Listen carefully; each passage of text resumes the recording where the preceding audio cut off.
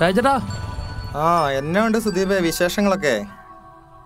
എന്റെ ചേട്ടാ, ഈ കാലത്ത് ഈ ഫ്ലെക്സ് ഒക്കെ ഉള്ളപ്പം ഈ മധുര വരച്ചോണ്ടിരുന്നിട്ട് എന്തിനാ?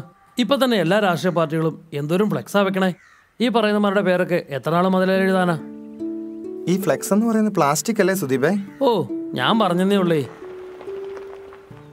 ഇപ്പോഴുള്ള പിള്ളേരോട് ഇതിന്റെ ദോഷങ്ങളെ പറ്റി പറഞ്ഞു കഴിഞ്ഞാൽ ഇമ്മറെ തല കേറൂല. രാജേട്ടാ, ആ ജോലിയൊക്കെ എങ്ങനെയുണ്ട് രാജേട്ടാ? ഓ വലിയ പാടാ. ഫ്ലെക്സിന്റെ കടന്നുകയറ്റം നമ്മുടെ തൊഴിലിനെ ഒരുപാട് ബാധിച്ചിട്ടുണ്ട്. അതൊക്കെ നമ്മുടെ ഭൂമിക്ക് ദോഷം ചെയ്യുന്ന സാധനങ്ങളല്ലേ ചേട്ടാ? നമുക്കിത് മതി. അതില്ലാതെ രാഷ്ട്രീയക്കാരായ നിങ്ങൾ എങ്ങനെ കഴിഞ്ഞു പോകും? അത് രാഷ്ട്രീയക്കാർ, ഞാനൊരു സാമൂഹ്യ പ്രവർത്തനം ചേട്ടാ. അപ്പം ശരി.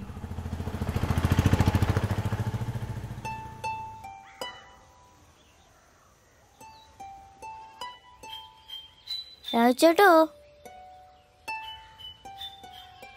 നീ തെങ്ങുമടലുമായിട്ട് എങ്ങോട്ടാ? ക്രിക്കറ്റ് കളിക്കാൻ പോവാ.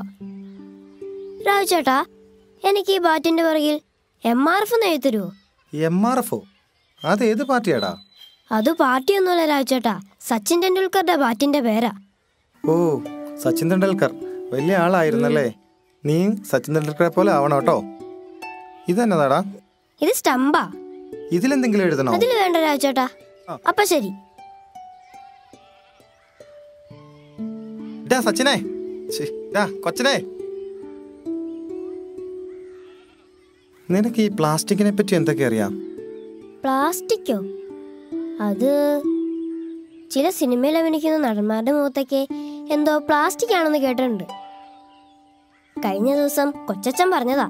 അതുകൊണ്ടാത്രേ എത്ര പ്രായമായാലും അവരുടെ സൗന്ദര്യം നശിക്കാത്തതെന്ന്. കേട്ടില്ലേ ഈ കൊച്ചു മനസ്സിലെ പ്ലാസ്റ്റിക്കിനെ കുറിച്ചുള്ള അറിവുകൾ എന്താണെന്ന്? അതെ, വരും തലമുറകൾക്ക് വഴിയൊരുക്കാതെ ഈ ഭൂമിയെ വിഴുങ്ങുന്ന പ്ലാസ്റ്റിക് സമ്പ്രദായങ്ങൾക്കെതിരെ നമുക്ക് ഒരുമിച്ച് പോരാടാം.